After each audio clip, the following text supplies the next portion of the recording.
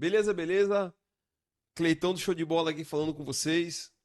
Hoje aqui com a presença ilustre aqui de um grande amigo, uma pessoa que eu aprendi a admirar. Conheci ele faz pouco tempo, mas é um cara que eu tenho um grande respeito e admiração por ele. É um nome peculiar aí, um sobrenome peculiar aí. E é um prazer aqui estar com ele. Muito obrigado. Hoje estou aqui com Samuel do Amor. Seja Valeu. muito bem-vindo à resenha. Hoje a minha resenha é com você. Vambora. Eu sei que você é um cara muito ocupado, cheio de tarefas, muito atarefado aí, e hoje você deu um pouquinho do seu precioso tempo para estar conosco aqui, Samuel. Seja muito bem-vindo.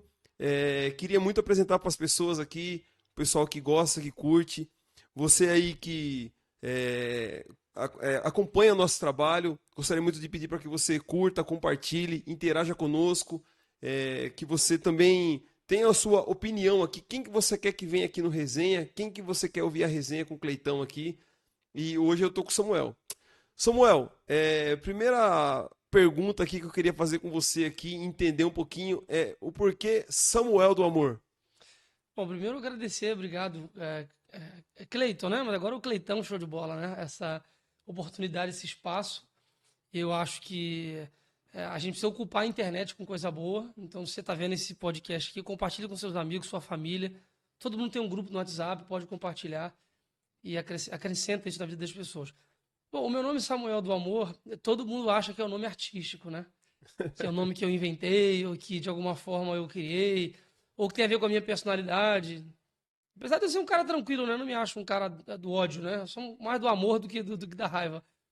Mas o meu nome é sobrenome mesmo, da minha mãe. Meu pai tem Amorim e a minha mãe tem Amor. Então, meu nome tem dois amor, na verdade. Você não sabe, mas tem dois. É Samuel do Amor Amorim.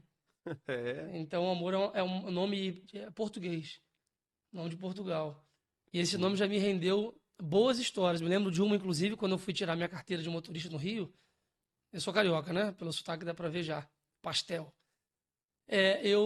Eu lembro que alguma coisa que eu fiz de errado lá, eu perdi um ponto a mais do que eu deveria para poder passar na prova. Não sei se eu fiz a curva muito aberta, se o carro morreu, sei lá. Aí eu lembro que a instrutora falou: peraí, olhar aqui, Samuel do Amor, né? Caramba, que nome. Gostei do seu nome, vou aprovar você. Ai, Foi que aprovado por maravilha. causa do meu nome. Na escola eu era muito sacaneado, era zoado, né, por causa do nome Amor e tal, mas depois eu aprendi a usar o meu nome pro bem. Né? Afinal de contas, não é qualquer um que tem o sobrenome Amor, né? Então, estamos aí para espalhar o amor pelo mundo. Para mim é um prazer estar aqui. Vamos embora, vamos falar de coisa boa. Não, com certeza. Cara, assim, me chamou muita atenção. Eu, como acho que acredito que as várias pessoas que o cercam aí, também o amor chamou muita atenção. Eu falei, mas será que é um nome Todo artístico? mundo acha que é artístico. Todo mundo inicialmente acha que é uma coisa que inventou, mas não é. Sim, sim, legal. Assim, Samuel, como o seu sotaque não nega, você é carioca, carioca da gema, né? É, gostaria muito, assim, de falar um pouco dessa parte aí, que você é um cara... Hoje você veio aqui justamente por isso. O que mais me chamou a atenção é que você, assim como o astronauta que chegou na Lua, chegou lá, e fincou a bandeira, né, na Lua. Você veio do Rio de Janeiro para Sorocaba e fincou a bandeira aqui sem conhecer ninguém, cara, Desbravando, né? sem familiar aqui. Conta essa experiência para nós aí, Samuel, que eu acredito assim que é uma coisa assim que não é qualquer pessoa que tem coragem de fazer, não. Na verdade, existe uma história, né? Uma estrutura por trás de tudo isso, né? Resumidamente, eu me formei como engenheiro, como engenheiro elétrico, e trabalhei alguns anos na área, trabalhei embarcado, tem um histórico do meu trabalho, mas sempre fui criado na igreja, né, com os meus pais na igreja. Eu sempre soube que um dia eu teria que largar tudo para viver integralmente o propósito de Deus para minha vida. Eu creio que Deus tem um propósito na vida de cada pessoa. E quando a gente encontra esse propósito, a gente vive pela fé. E Deus nos guarda enquanto a gente estiver debaixo do propósito. Lembra do povo no deserto? Eles estavam debaixo da direção de Deus, então a nuvem andava, o povo andava debaixo da nuvem. Então eu tenho vivido isso com a minha família. A gente anda para onde a nuvem vai. A nuvem significa a provisão de Deus, né? O propósito de Deus. Eu larguei o trabalho, logo depois que tivemos a nossa primeira filha, que é a Rebeca, e depois de algum tempo, eu acabei vindo trabalhar na igreja, a igreja que eu fazia parte já, mas era voluntário. Fui consagrado ao pastor nessa época, com 23 anos de idade, hoje eu estou com 35, não é? Então há 12 anos atrás eu fui consagrado a pastor. E trabalhei 10 anos liderando juventude, adolescente, trabalhando em diversas áreas da igreja, assessorando o pastor Silas em algumas áreas da igreja. Então, esses anos, para mim, me fizeram muito bem. Claro que eu falo agora, né? Mas na época apanhei muito, foi muito difícil. Não foi fácil, mas passando por tudo isso, eu hoje olho para trás e vejo como foi bom eu ter passado por todo esse processo com o pastor, com a igreja, muitos desafios. Isso me fez, de alguma forma, ter essa experiência, essa bagagem, para que eu tomasse uma decisão como essa. Na verdade, o pastor me direcionou para cá. Meu filho, você vai pastorear nossa igreja em Sorocaba. Só que eu não sabia o que era Sorocaba. Sorocaba é o quê? Imagina você ir para o interior do Rio, por exemplo. Cleitão, você vai abrir uma barbearia lá em Friburgo. Você sabe o que é Friburgo? Não Não faço sabe, ideia. então você não sabe nem eu, não tenho a mínima ideia. Eu falei, pastor, vamos embora, o senhor está me direcionando, eu creio que a voz do pastor é a voz de Deus para mim, vamos embora. Comecei a pesquisar na internet, vim para cá, eu tive um dia, na verdade o avião pousou com a minha esposa, eu tive uma parte do dia para olhar a cidade, conhecer a igreja e procurar um lugar para morar.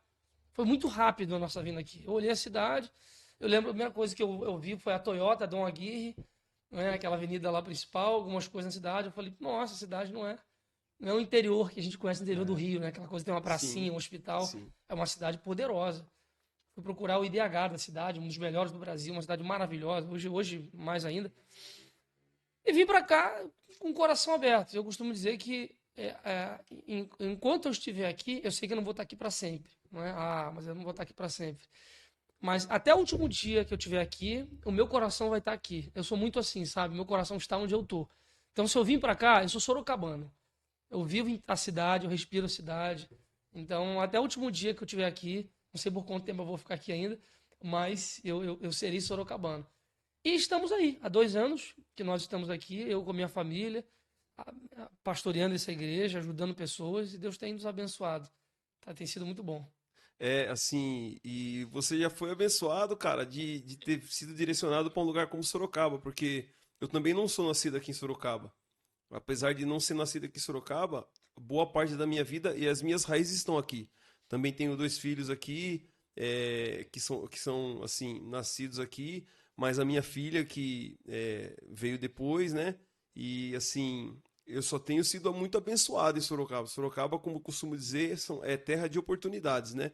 E assim, Samuel, a gente acredita muito que eu, como participante da igreja, né, como membro da igreja, eu quero muito que você fique por muito tempo aqui, Eu né? também.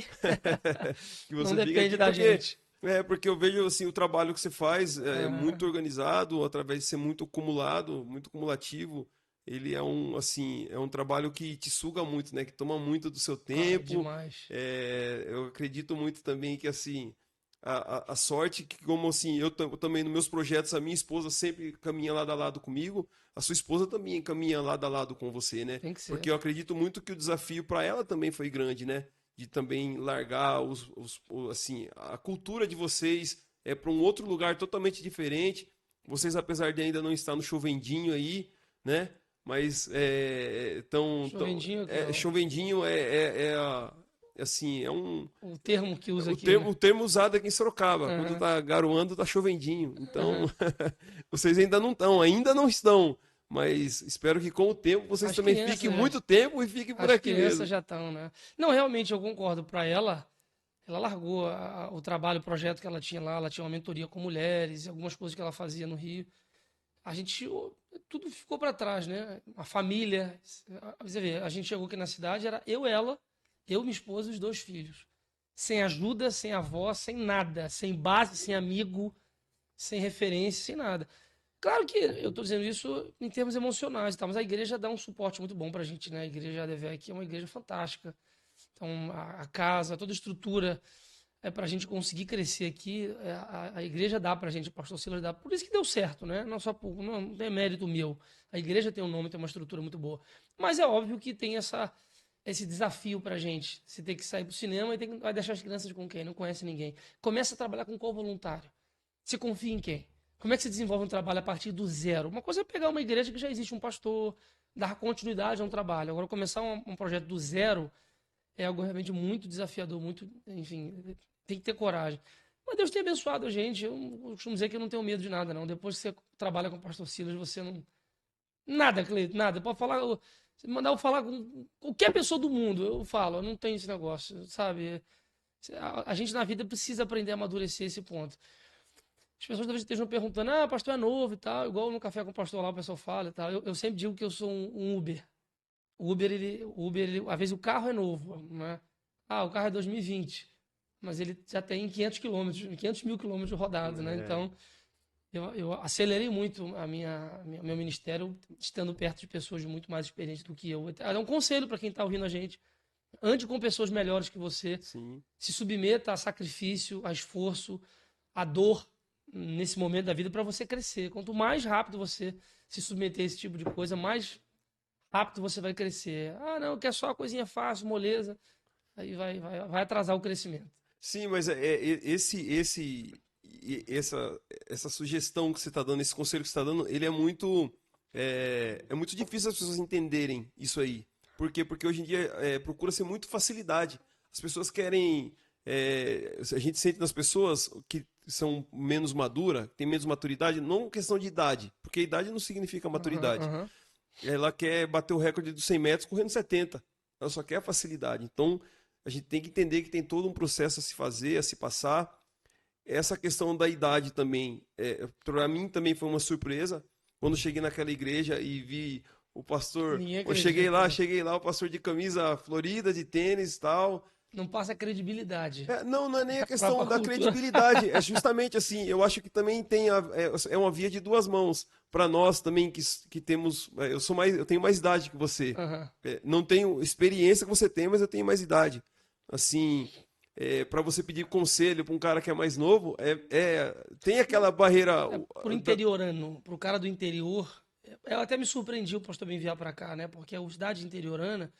A cidade é grande e tal, mas não estou dizendo que é interiorana menosprezando, o termo não é esse, mas são pessoas um pouco mais desconfiadas, aquela questão de você, puxa vida, cara, um cara novo, então o que esse cara tem para ensinar? Quantas histórias eu ouvi ao longo desses anos de pessoas, pastor, hoje chegou aqui, eu não acreditei não, achei que era brincadeira, pensei que você fosse o líder de adolescente da igreja, um monte de gente falou isso para mim. E com o tempo você vai conhecendo, mostrando quem você é. Nada como o tempo, né? Não, sim. Pra provar as pessoas. E eu também tô sujeito a isso. Tô aqui para ser provado também. Não, mas assim, sempre que eu faço um convite para as pessoas, eu já falo isso aí. Falo, cara, você vai chegar lá, você vai parar com um pastor super acolhedor, porém jovem, mas com muita experiência. Uma palavra abençoada, assim. Eu e minha família, eu já tive a oportunidade de agradecer vocês pela recepção que vocês deram para nós. O meu intuito de trazer para você aqui hoje, além de assim disponibilizar para as pessoas uma oportunidade de conhecer você, também assim de apresentar, né, cara, esse projeto que você é muito engajado aí da igreja ADVEC aí em Sorocaba. Essa pouca idade, assim, a acepção de idade que as pessoas fazem por ver você, não acredito que foi parte do seu processo por você ser líder de jovens. Eu acho que isso aí também te criou uma casca, né, cara? Você sendo líder de jovens, lidando com jovens, hoje você pode lidar, assim, com as pessoas mais velhas também, com as pessoas com mais idade, mas com alegria, a energia. A energia que você transmite é muito boa, né, cara? É muito boa na sua palavra, na sua pregação, na conversa, no bate-papo mesmo, assim. Então, eu acredito que você foi realmente forjado no fogo, né? Eu acho que a vida ela é um acumulado de experiências, não é? Muitas vezes a gente pensa que a gente está passando por alguma coisa e isso não serve para nada. Eu, quando era mais jovem, fazendo isso para quê? Por que eu estou fazendo faculdade se eu um dia não vou trabalhar com isso? Para que eu estou fazendo um curso? Por que eu estou passando por isso? A gente às vezes menospreza as oportunidades e as coisas que acontecem. A Bíblia diz isso também, né? Para a gente não menosprezar as pequenas coisas, o dia das pequenas coisas. A Bíblia diz também, ó, seja fiel no pouco, sobre muito eu vou te colocar. A fé é comparada como um grão de mostarda. Na Bíblia, tudo que termina grande sempre começa pequeno. Em todas as histórias. Você vê Moisés, Davi, José. Então, hoje, claro que eu novo, eu tenho 35 anos, eu não acho que 35 anos é novo, eu me sinto até velho. Mas tem muita coisa para aprender. Mas eu penso que se eu olhar para trás, hoje eu consigo visualizar e perceber que muitas coisas que no passado eu achei que não eram úteis, que talvez não estavam servindo para a minha vida, na verdade hoje eu vejo que foram grandes oportunidades que Deus me deu de crescer. Eu digo momentos de dor, de alegria, oportunidade de trabalhar. O que parecia ser um tempo desperdiçado, na verdade estavam me agregando experiência para que eu hoje pudesse ter condições de falar com uma pessoa que não tem cultura, até uma pessoa que tem muita cultura. Alguém falar com uma pessoa que coitada, que está passando um momento difícil financeiramente, falar com um rico. Hoje eu lido com um público muito diverso. A igreja é um extrato da sociedade. Então, a igreja, eu falo com todo tipo de pessoas. Pessoas que estão doentes, saudáveis, que têm dinheiro, que não têm, que é crente, que não é, que tem pai, que não tem pai, que já passaram por coisas que não tem, que está com câncer, que está com dificuldade. Todo tipo de gente está na igreja. A igreja é um reflexo da sociedade. E para estar ali naquela posição como pastor, você precisa realmente reunir algumas características para você conseguir ser assertivo, não é? E conseguir se comunicar com as pessoas. Então, hoje, uma grande dificuldade que eu tenho, inclusive, é essa: é saber com quem eu estou lidando, não é? Para eu conseguir fazer o filtro certo. E a mente humana é tão incrível que quando a gente vai lidar com uma situação, a primeira coisa que a mente humana faz é buscar na memória Associar. a velocidade assustadora, não é? Ela, a milissegundos no seu histórico passado para saber o que você tem de informação de bagagem para você conseguir. Você é um barbeiro, por exemplo. Se o Sim. cara pede um cabelo diferente para você, você fala: peraí, esse tipo eu já cortei.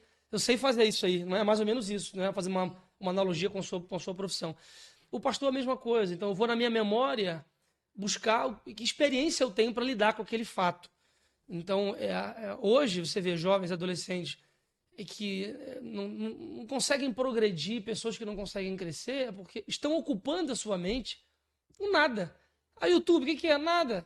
Porcaria, um monte de coisa. Nada, não tem histórico de vida, nunca passou por problema. São os problemas que dão bagagem pra gente. Então, quando a memória vai buscar alguma coisa, o que encontra? Só brincadeira, só porcaria, só besterol, só perda de tempo. E não conseguem ter um leque de conteúdo para resolver um problema. Porque informação é diferente de conhecimento. Informação todo mundo tem. Se você abrir o Google agora, tem muita informação. Tá aí, para todo mundo. Ora, para transformar informação em conhecimento, demanda tempo, experiência, trabalho, dia a dia. E aí é que é o problema. Hoje eu costumo dizer que o mundo nós vivemos em um mar de informação como nunca houve na humanidade. Hoje informação para todo mundo disponível. Como cortar cabelo? Você vai no Google, tem. Sim. No YouTube tem. Sim. Mas com 30 centímetros de profundidade. Hoje nós temos um universo, um mar, um oceano de informação, mas não tem profundidade. As pessoas não sabem resolver as coisas até o final. São dependentes de uma ajuda de alguém. Eu costumo dizer um termo que eu uso em algumas pregações: sobrecarregados e vazios. Hoje as pessoas têm muito mais informação que antes. Estão sobrecarregadas de tarefas, de atividades, de WhatsApp, e YouTube, e telefone, tudo muito fácil. Mas, ao mesmo tempo, as pessoas são vazias. Se você perceber em tudo, no português das pessoas, na experiência das pessoas, em tudo, as pessoas são vazias, porque elas mudam de foco muito rápido, não conseguem se prender em nada. Amizade, relacionamento, trabalho. E eu acho que isso é reflexo do mundo de hoje, né? Tudo muito rápido, tudo muito veloz, as pessoas muito ansiosas. Então, eu diria isso, né? Quem vai ter sucesso no mundo de hoje, no mundo que vem a seguir, são pessoas, primeiro, que dominam a comunicação, quem sabe se comunicar bem, vai dominar o mundo, não é? E pessoas que têm experiência, conteúdo em alguma área afim, especialistas em alguma coisa. Hoje, o cara sabe fazer tudo, não tem, não sabe fazer nada. Então, eu digo para meus filhos, para as pessoas, né? Especialize em alguma coisa, busque conhecimento a fundo em alguma área. Então, você vai virar alguém que só pesquisa coisa no YouTube, no Google, e não tem experiência para poder passar. Sim, assim, você acha que excesso de informação, ele se torna uma dificuldade para você na igreja também? Claro, também, em comprar qualquer área da vida. Qualquer área da vida. Primeiro porque o excesso de informação gera uma coisa chamada comparação.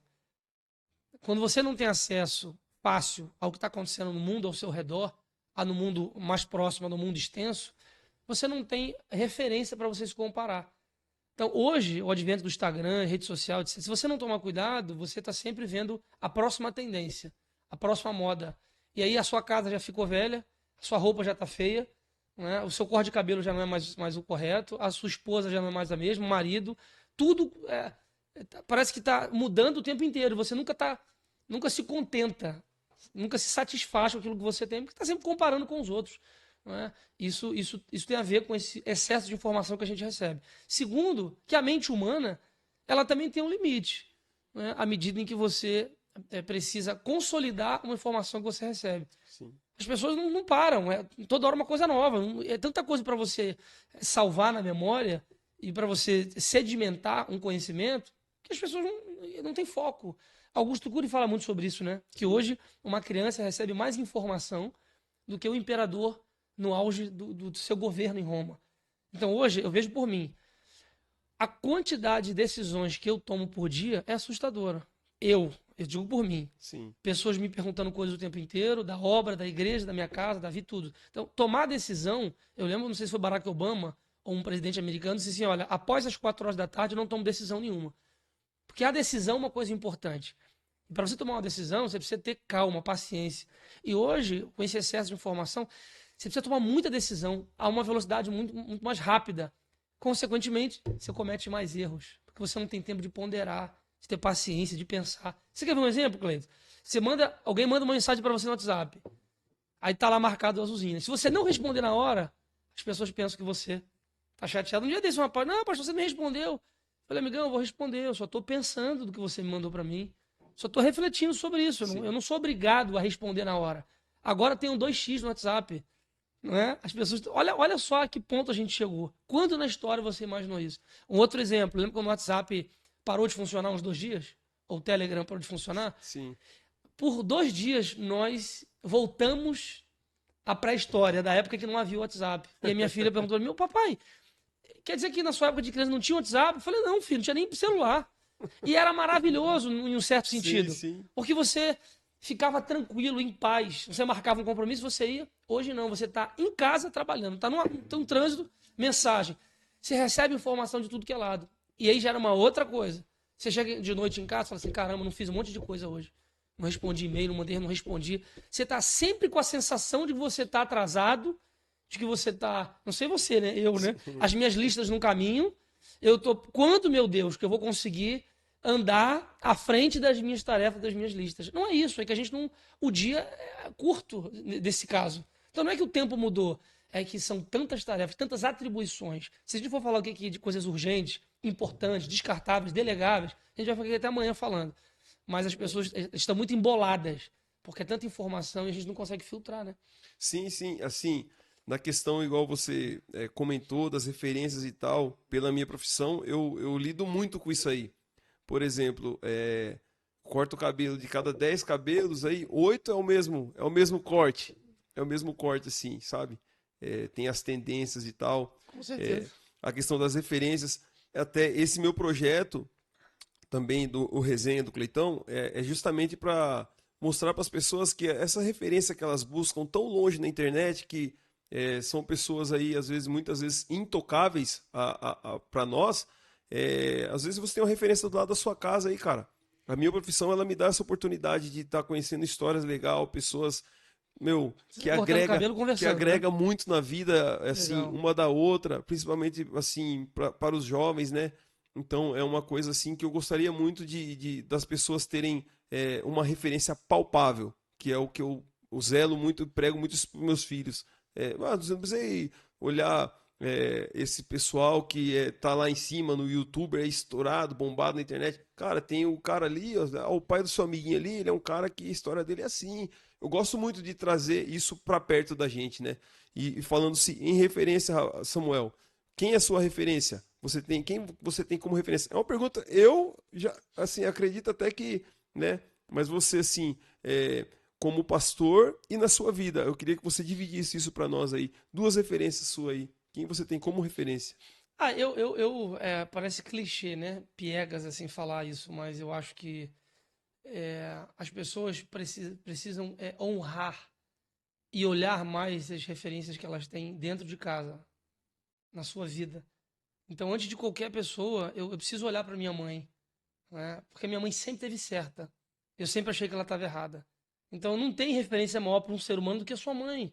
As pessoas querem buscar, sei lá, em um monte de lugar. E o cara, o americano famoso, o esportista maravilhoso, mas a minha mãe sempre me ensinou. Eu cheguei aqui por causa da minha mãe, do que ela me ensinou.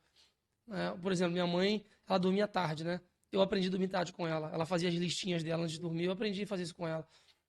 Quem me incentivou a entrar na faculdade, a trabalhar, tudo. Minha mãe. Conselhos que minha mãe me deu. Meu pai, como pastor, homem de Deus. A história dos meus pais. Eu vinha falando com a minha filha no carro agora para cá. Aí minha filha disse assim: Papai, onde é que você estudava? Você ia para a escola também? Eu falei: ia, filha. Eu estudava numa escola chamada Soldadinho de Chumbo. ESC, Escola Soldadinho de Chumbo. Onde se estuda com prazer. Uma musiquinha tinha lá, né? Antes eu estudava no Peninha Verde. E aí minha filha falou: Você estudava em escola pública? O Carioca tem muito isso, né? A Sorocaba tem escolas muito boas, públicas. No Rio de Janeiro existe um grande preconceito, até justificado, né? No Rio de Janeiro, com escola pública é um pouco complicado, de certo sentido. E aí eu lembro que a minha mãe, ela fez um esforço muito grande para a gente sempre estudar em colégio particular. Mesmo aquele colégio de bairro pequenininho, mas a gente estudava em colégio particular. E eu me lembro que meus pais, a gente deixava de comprar, né? Foi por isso que ela me lembrou o tic-tac, aquela balinha. Sim, Falei: sim. filho, isso aí é antigo, o papai adorava comprar isso aí, mas não podia, que a gente não tinha condição. Porque ao invés de comprar tic-tac, minha mãe pagava mensalidade da Sim. escola. E por causa disso, e uma palavra que a minha tia deu para ela, minha mãe fez um empréstimo, eu fui estudar num colégio chamado Martins. Foi um grande colégio no Rio de Janeiro, até hoje tem. E do Martins eu fiz concurso por ensino médio, aí passei no Cefet, muitas escolas técnicas. Aí meu segundo grau inteiro foi gratuito, em um colégio técnico, o governo pagava para eu estudar. Fiz eletrônica pela manhã, ensino médio à tarde. Depois disso, fiz faculdade pública, passei na universidade também. Estudei no Cefet na UERJ, Universidade Estadual do Rio de Janeiro. Eu tive grandes oportunidades, mas tudo isso começou porque eu tive uma mãe que, mesmo não tendo condição, ela incentivou, pagou tudo lá. Então, eu não tenho como falar de outra pessoa, tem que ser minha mãe, né? Sim, Meus pais. a Então, referência na vida a aí, minha né? vida é meus pais. Agora, claro, na igreja não, é o meu pastor, né? O É, pastor né? Silas é um homem muito à frente do tempo, uma pessoa que você. Às vezes eu até batia, brigava, mas é normal, né? Não concorda com uma coisa ou outra. Não abertamente, claro, né? Mas no coração, pô, isso aí não sei. Mas o tempo passa e você vê que o pastor é um cara que tem uma visão à frente do tempo, Eu digo que ele tem antenas na cabeça, né? Ele tem várias antenas Wi-Fi, assim, ele não passa nada por ele.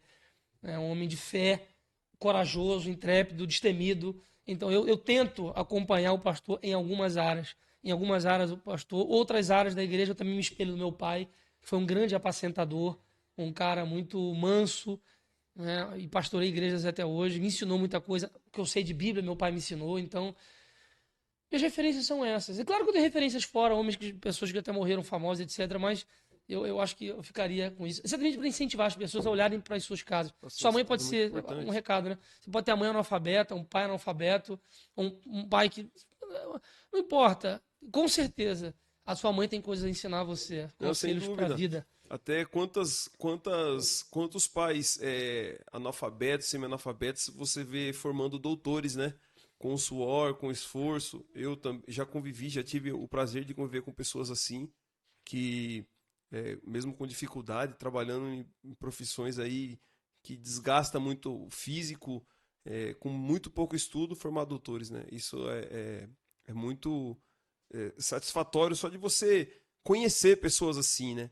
Que realmente a gente usa como referência. Eu também, particularmente, minha referência é minha mãe, apesar da gente, assim, hoje ela não vive muito perto de mim, mas eu tenho ela também como uma grande referência minha na minha vida. Obrigado, mãe, aí, por tudo que a senhora fez por nós aí. E vim para Sorocaba por ela também, cara. Assim, eu estou em Sorocaba aqui através da minha mãe, de uma grande dificuldade que tivemos. mas tiramos tudo como um aprendizado, né? Graças a Deus. E assim, cara, levando para todo esse lado aí, você acabou caindo, você é formado em... Então, eu fiz o técnico, não era jovem, em eletrônica, né? Sim. E junto ao ensino médio. De manhã eletrônica, à tarde ensino médio. Depois da eletrônica, eu sempre gostei disso, né? De elétrica e tal. E depois eu fiz um curso para universidade, né? E passei em 2 vestibulares para o UERJ e o Cefet. Eu fiquei no Cefet, eu fiz engenharia elétrica, eletrotécnica, né?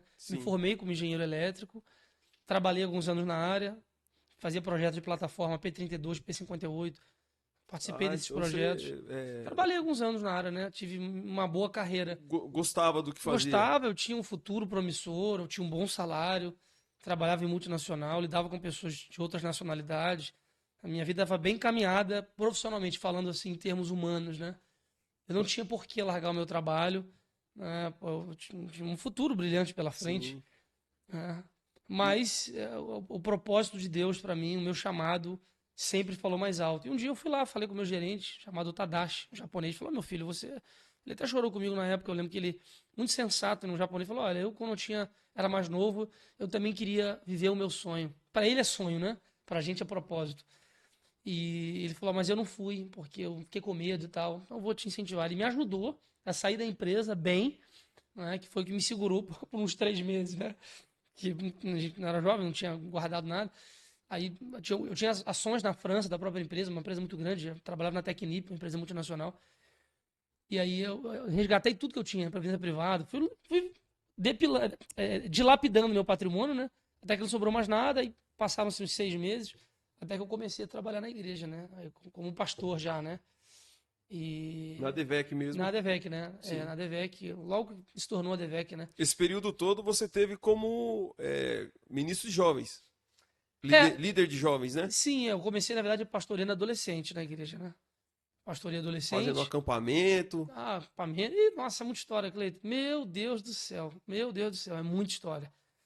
E depois eu fiquei um tempo pastoreando os dois, jovens e adolescentes. Em todo esse período na igreja, eu não fazia só isso, né? Ajudava o pastor, viajava com o pastor, fazia algumas coisas na igreja, ajudava na engenharia. Ah, e aí depois, desses anos todos, eu acho que foram 10 anos, muitas conferências, muitos eventos. Sim. E aí o pastor me Te deu direcionou para muita, cá. muita experiência, né?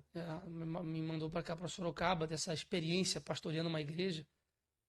Então, é muita história para contar, meu Deus do céu. O trabalho que é feito assim com jovens ali é sensacional, cara. Assim, É um mundo nível Brasil, né? me admiro muito, assim também porque eu acho que o mundo hoje ele os jovens é um clichê, né? Até falar que os jovens é o futuro, realmente, mas é um futuro com base, com estrutura familiar, parte tudo desse princípio aí. E é uma das coisas também que, assim, que nos fizeram ficar na ADVEC foi justamente o tratar com meus filhos, Aham. né? Então foi através deles que a gente firmou ali, que a gente ficou ali. E a minha esposa também já trabalha nas mídias e tal. Eu também estou à disposição, Vambora. já falei com a liderança lá também, que estou à disposição aí. Mas justamente porque esse trabalho com os jovens é sensacional. Eu acredito muito que tem que ser o foco, acho que de todas as igrejas, né, cara? É os jovens, né? Não que os outros não faça a diferença, não é isso que eu quero dizer. É que eu acho que hoje, não, na minha época, a gente não tinha tantas opções no mundo para fazer e acontecer e para ter tantas experiências como os jovens de hoje têm, né? Então acho que esse trabalho focado nos jovens é o caminho, né? Eu acho que é um trabalho, na verdade, conjunto, um trabalho complementar. Eu acho que eu não diria que só jovens, né? Eu diria que a gente tem um foco muito grande na igreja, um trabalho com crianças. Quando eu tive em Israel, eu tive a oportunidade, espero que você tenha essa oportunidade Sim, também. temos esse plano Muito aí. bom. Eu fui em Ah, Israel 2 vezes, tive a oportunidade de estar em Israel 2 vezes. E das 2 vezes que eu fui em Israel, eu fiz questão de ir num lugar chamado Museu do Holocausto. É o Yad Vashem. Museu do Holocausto, fica em Jerusalém. E relata toda a história dos judeus e o Holocausto, tudo aquele processo que os judeus passaram, milhões de pessoas morreram, não é? Aquelas câmaras de gás, todo aquele processo terrível, muito emocionante. Eu chorei muito as 2 vezes. Na primeira vez, a guia, é uma guia que está no museu, né? Era uma guia que os pais eram brasileiros, alguma coisa nesse sentido. Então ela contava pra gente a história, na verdade, perdão, os pais dela, os avós ou pais, participaram do Holocausto, sobreviveram ao Holocausto. Nossa. E ela contou pra gente a história de uma forma muito mais assim, emocionante, né? E tem uma ala lá, que é uma ala que só mostra as estratégias que Hitler usava na Alemanha, digamos assim, pré-Holocausto, para ensinar as pessoas, a população alemã, o ódio ao judeu. Então, uma das estratégias de Hitler, você olha lá, eram os livros das escolas. Então, Hitler sempre começou nas escolas, sempre com crianças. E ele dizia isso, ó, me dá uma escola que eu vou dominar o mundo, me dá um grupo de crianças que eu faço o que eu quero com elas. O McDonald's fez isso, claro que pro bem. Bem assim, né? Você come McDonald's até ficar velho. Mas você aprendeu quando? Infância. Criança. Acabou. A Nike hoje trabalha com a mesma coisa. Grandes marcas entenderam que quando você ensina alguma coisa para uma criança, nunca mais ela desaprende. A quem eles estão copiando? A Bíblia. A Bíblia diz isso, ensina a criança. E até quando for velha, ela não vai se desviar. Então, a gente tem um foco muito grande em criança, exatamente para ser essa contrapartida ao que Hitler fez. Né? Exagerando aqui um pouco, né? Uma hipérbole, né? Porque você vê que eles se tornaram adultos, odiavam os judeus, sem motivo algum. Então, você vê lá os livros, tem lá réplicas originais dos livros. Aí mostrava o judeu com um narigão, tipo uma larva, uma minhoca. Então, devagarinho, eles iam colocando na cabeça das crianças alemãs o ódio ao judeu. E você acha que isso está sendo introduzido também hoje em dia nas crianças? Sem dúvida. Claro que não com esse intuito. O intuito não é de Sim. matar ninguém nem fazer um novo holocausto. Claro que não é, pelo amor de Deus. Eu não estou Sim. aqui falando. É até proibido falar isso hoje, né? Mas o que eu estou dizendo é que o que Hitler fez, na calada da noite, na surdina da noite, através da cultura, através da educação, das artes, isso também tem a ver com o marxismo cultural. Antônio Gramsci, que foi um cara, um pensador, que usou as ideias de Karl Marx para poder incutir na população uma ideia, ele usou a cultura, ele usou a arte, ele usou a ciência. Por quê? Porque é uma música, todo mundo gosta. Um desenho animado, não tem problema nenhum. Vamos lá. Mensagens É a subliminares, faculdade. né? É mais sorrateiro e sutil do que a mensagem subliminar. Porque a ideia é que você está aprendendo alguma coisa. É uma cultura, quando na verdade aquilo está desconstruindo uma ideia. Aquilo que eu falei recentemente na pregação, né, que eu fiz na igreja, sem querer, querendo, não tem nada demais. Eva também achou que tinha nada demais, comia o fruto e foi banida do paraíso. Então eu vejo desenhos, eu fico sempre assim. Claro que não precisa exagerar, não vai tirar as pessoas do mundo, mas a ideia é dar à criança uma noção do que é a vida. Então eu ensino os meus filhos desde pequeno, ó, o que é homem e mulher, o que é a vida, isso aqui tá certo, isso aqui tá errado. Pode ver, mas saiba o que é errado, sabe o que é certo. Me lembro, o menino, meu filho, uma vez chamou ele, me chamou, papai, lá, o Marshall tá com a unha rosa. Não sei se Marshall ou o desenho, é um desenho da Patrulha Canina que ele via quando era criança. Ele percebeu e me contou. Eu fui lá ver o desenho, mesmo. Um cachorro que durante todos os desenhos ele é homem, mas em determinado momento o cachorro tá com a unha rosa. Aí ele perguntou, pai, mas o cachorrinho macho, eu acho que é macho, né? Sei lá. Ele é homem, né? Eu falei, não, filho, esse desenho tem uma coisa errada. Pintaram errado a unha dele aí. Então, ensinar a criança, não é tirar a criança do mundo, mas é dar a criança instrução para ela aprender a julgar o que é certo e o que é errado. A minha filha hoje tem 9 anos e ela já vê tudo, ela já percebe tudo, já me conta tudo. Então, acho que o caminho da igreja, dos jovens e adolescentes, começa antes. Claro que se não tiver, a gente vai tentar consertar na adolescência e na juventude, mas até os 7 anos de idade é a época mais importante na vida do ser humano. Essa primeira, segunda e terceira infância, para você ensinar um comportamento, a criança ter caráter, a personalidade, 7 anos. Sim, é onde é inserida as informações principais aí que vão pro resto da vida, O resto né? da vida. Cara, e assim, partindo da criança, você quando tem uma criança bem guiada, vocês fundamentado ali na criança também acontece, assim, acarreta em um ambiente familiar mais saudável, né, cara? A gente vê que esse trabalho que você fazem com criança, com jovens, a gente percebe muita mudança em casa mesmo, na questão que leva para todos os lados, né? Organizacional, higiene, a gente é muito satisfeito com a mudança que causa na vida do jovem, da criança, quando ela é bem guiada, né? Sim. A gente vê trabalhos ali que vocês fazem até culto em inglês, né? Para criança, culinária, tudo inserindo ali, cara, é um trabalho É sensacional um mesmo. pontapé, né? São oficinas que a gente faz. Toda quinta-feira e segunda tem oficinas para as crianças. Eu acho assim, Cleiton, todo o trabalho que é feito na igreja tem o intuito de formar pessoas para o mundo. É aquela frase, né? Eu não quero deixar um mundo melhor para os meus filhos. Eu quero deixar filhos melhores para o mundo. Porque são as pessoas que fazem o mundo, não é o mundo que faz as pessoas. A igreja, a Bíblia ensina isso. Não é? O ser humano é o ator principal da história.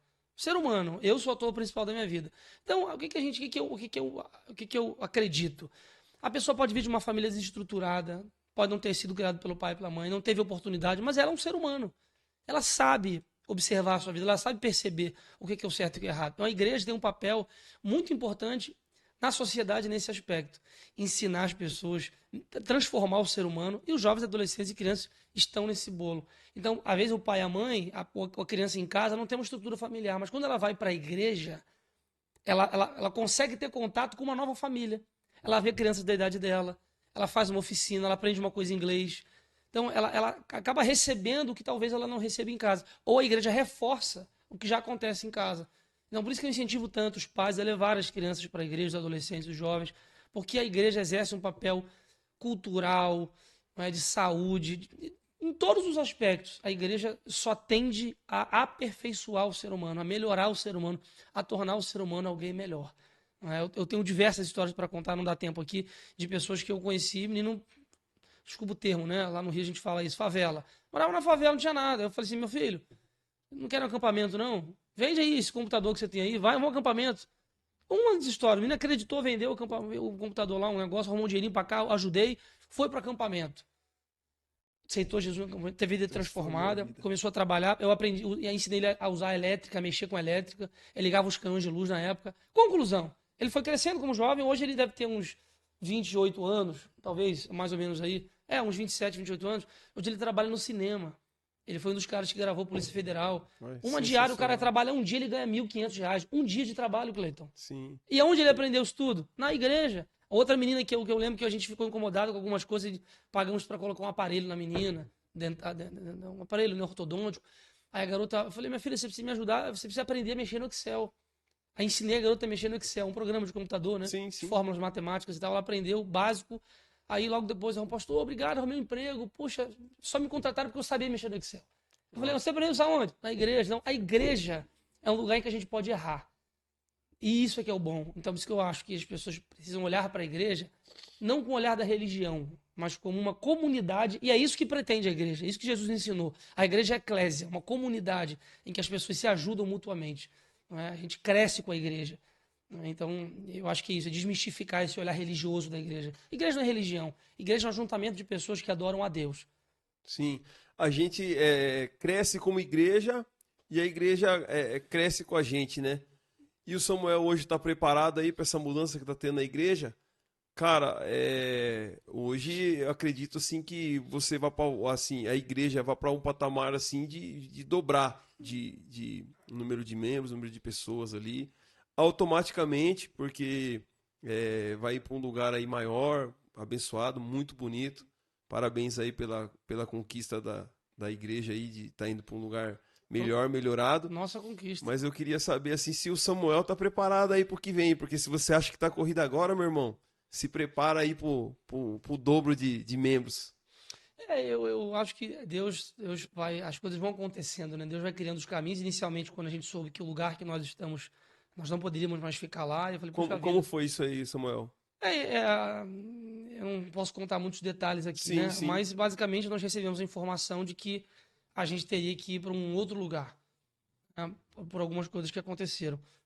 Mas eu fiquei triste inicialmente. Eu falei, poxa, a igreja é tão bonitinha lá, toda montada, organizada. Acabou de fazer o parque? Pois é, o parquinho das crianças, é tudo acontecendo, fluindo bem. Eu já estava querendo fazer uma quadra poliesportiva na igreja e tal. E aí depois, isso porque eu não tinha encontrado um outro lugar. Aí depois que foi aprovado um novo lugar, né, inclusive divulgar aqui na Avenida General Carneiro, 1459, em frente ali a Abrão Reze, próximo ao Taos, eu falei, meu Deus do céu, não acredito, olha onde a gente está. né? Eu passei ali e falei, cara, esquece, aí não tem como pra gente. Não é pra gente não, você tem um lugar desse aqui, vamos procurar outro lugar que não dá. E hoje, tá com tudo alugado, a obra acontecendo, falou, Senhor, realmente Deus, ele empurra a gente pro melhor. A gente às vezes não Processo quer, a gente doloroso, não né? quer, fala assim, oh, não quero, mas Deus Tá como um confortável treinador, aqui, tá confortável igual aqui, aquele tá personal tudo pronto. trainer, igual um personal trainer, falou, não, eu vou esticar a corda, eu vou levar você para um lugar maior, agora vai sofrer um pouco. E a gente não quer sofrer, né? E hoje, glória a Deus, num lugar melhor. E aí, assim, se eu tô preparado, é muita pretensão eu falar que eu tô preparado. Eu acho que vai além, iria além disso, né? Eu acho que se Deus me colocou aqui, né, e se as portas se abriram, eu acredito que as coisas vão acontecer. É óbvio que existe um elemento humano, né? Eu me preparo, existe uma equipe por trás de tudo isso, não eu que estou fazendo, é o trabalho coletivo da igreja, os irmãos que dão oferta, que são fiéis a Deus nos seus dízimos, que, não sabe, nós estamos construindo essa história, a ADVEC Sorocaba, e a igreja, né? A nossa igreja ela é unida nesse sentido, né? Nós ajudamos as outras igrejas nos ajudam, é uma construção única da É um igreja. voluntariado grande, Da né? igreja, em termos de tudo, né? Nós temos um financeiro único para todas as obras. Então, estou muito animado, né? Estou muito animado, crendo que Desafiador. desafiador demais, porque nós vamos para um lugar 3 vezes maior, para 1.500 lugares, no lugar que nós temos são 500 lugares hoje. Então, imagina, 3 vezes crianças. Hoje tem 100 crianças, 70, imagina 300 crianças. Tudo maior, não é? Tudo maior, o aluguel maior, as contas maiores, mas eu creio que assim como o projeto é maior, como diz a palavra, né? A glória da segunda casa será maior que a primeira. Se Deus nos está levando para esse lugar, é porque Deus nos dará condições para isso. Voluntários, pessoas, o financeiro, irmãos abençoados, pessoas talentosas, pastores. E é isso. A gente vamos para frente, vamos para cima. Eu não tenho medo não. Eu posso errar, mas eu não vou ter medo não. A gente vamos para cima. Aproveita a oportunidade e, assim, mais uma vez, repete aí o endereço, as redes sociais Tá, da por igreja, para o favor. pessoal conhecer também, porque é muito rica as redes sociais da igreja, é um Aham. trabalho muito bem feito. Não, vou olhar aqui para falar para você aí. Não sei quando esse podcast vai estar no ar, mas está aí, ó. Avenida General Carneiro, 1459, ali próximo ao Tausch Abrão Regis. Você vai ver uma placa grande lá. Você é nosso convidado para fazer uma visita a um dos nossos cultos. Se for na inauguração dia 1 e 2 de outubro. Se você está vendo esse vídeo depois da inauguração, o YouTube, né, é atemporal, passe lá, né, escolha um culto, um domingo à noite, 18h30, uma segunda-feira da vitória, para fazer uma campanha por algum motivo seu, 19h30. Certeza, Deus tem vitória para você em alguma área que você está vivendo aí. Você pode ir lá me procurar e falar, eu vi lá o podcast, poxa, pastor, tem um tempinho pra gente falar? Eu vou reservar um tempo lá para te atender, para apertar a sua mão lá, vai ser um prazer. Deus te abençoe. Amém. Eu vou, assim, eu quero fazer duas perguntas antes para você, né? De fazer um encerramento aí. Tá bom? De antemão, agradecer muito pela rica oportunidade de estar aqui comigo, de eu estar aqui compartilhando com você essa experiência, um pouco da sua experiência de vida, um pouco do seu ministério, né? Mais uma vez, agradecer pela recepção conosco, para comigo e com a minha família, mas eu queria falar duas coisas com você. Aqui, geralmente, quem vem, ele escolhe um boneco aí para representar, e você escolheu o Coringa. Eu gostaria de saber o porquê do Coringa. Então, eu escolhi o Coringa exatamente porque ele é um personagem que causaria um certo espanto nas pessoas, né? E é paradoxal, né? Eu acho que o Coringa é a título do filme, né? O Coringa fala muito sobre o que as pessoas estão vivendo hoje. O Coringa é uma pessoa, se você olhar a história dele, a história é uma história muito triste. A história familiar dele é muito Depressiva. triste. Muito depressivo por tudo que ele viveu. Então, dois olhares. Um olhar, eu diria que por trás de uma pessoa sempre existe uma história. Então, se a gente não conhece a história de alguém, nós não sabemos por que uma pessoa é de um determinado tipo ou por que ela age de uma determinada forma. Então, a gente consegue corrigir uma rota quando a gente olha para o nosso passado, para a nossa história. Então, a primeira coisa é essa, né? Para você matar o coringa que há em você. Todos nós temos um determinado coringa, uma máscara em alguma área da vida, um ponto cego. Você precisa olhar para a sua história, conversar com seus pais, conversar com a sua mãe, conversar com sua esposa, com seu marido. Eu acho que o diálogo e essa visitação à nossa história de origem nos ajuda a entender quem nós somos e o que a gente precisa fazer para corrigir a nossa rota. Em termos de tudo, dinheiro, emoção, vida financeira, tudo. Vida emocional, sexual, relacionamento, a resposta está no nosso passado.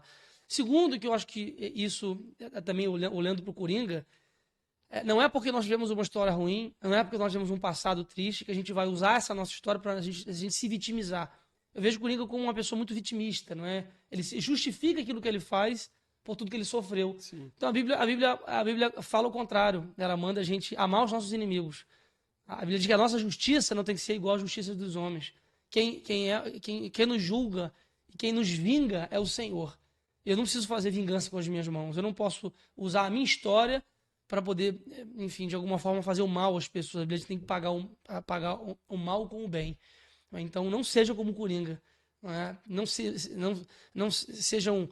não seja vítima da sua história, mas seja o ator principal da sua vida. Você tem a caneta na mão, você pode mudar o roteiro da sua história, do seu filme. Se você deixar ficar como tá, vai ficar um salto terrível como é o final do Coringa. Mas se você quiser, você pode pegar a história e transformar a sua vida, né, do Coringa pro Batman, digamos assim, né? É isso aí. Se tornar. O Batman teve uma história difícil, olha Sim, que legal. sim. Não é? E os dois tiveram histórias, mas um escolheu se vitimizar, o outro escolheu usar a sua história para superar os seus problemas e se fortalecer com tudo isso. Então, não é que eu quero que você seja o Coringa, não. É só para você. Não, show. Sensacional. Uma é a do Coringa e a segunda é biscoito ou bolacha? Não, é biscoito. Eu acabei de ir no mercado, eu não consigo falar bolacha. Na verdade, eu tenho uma coisa, né? É só ler o pacote. Quem tá certo e quem tá errado. Não sou eu que vou dizer. Só você ir na fábrica e pegar e ler lá. Você vai ler o que é bolacha no pacote. Não existe nenhum lugar escrito bolacha. Em todo o pacote está escrito biscoito. Eu não sei porque que falam bolacha. Bolacha no Rio é dar um tapa em alguém. Dá uma bolacha. Nem se fala essa palavra lá. Mas acho que bolacha é quando é biscoito recheado, né? É recheado. Mas se você pegar o traquinas, ou o piraquê, ou sei lá, o chocolícia, tá escrito biscoito recheado, não é bolacha. E tantas outras coisas é assim, é só ler o pacote. Boa, isso A aí meu favor, eu tenho a fábrica. Tá certo, isso aí é só uma brincadeira aí com Eu tô o carioca. tô brincando. Eu adoro Brincadeira com o Sorocaba. carioca também, cara, adoro o Rio de Janeiro, de verdade. As pessoas, assim, elas só criam ela tem um pouco de preconceito com o Rio de Janeiro, quem não foi lá. Porque quem vai lá, grandes cidades, assim, o Rio de Janeiro, a cidade do Rio de Janeiro, tem. É muito bom, só tem que tomar cuidado. Sim, em todo lugar tem que tomar cuidado, viu, cara? Não é só lá, não. A gente tem que hoje se policiar em todo e qualquer lugar aí que a gente vê aí criminalidade crescendo aí no nosso país, infelizmente. Mas o Rio de Janeiro é lindo.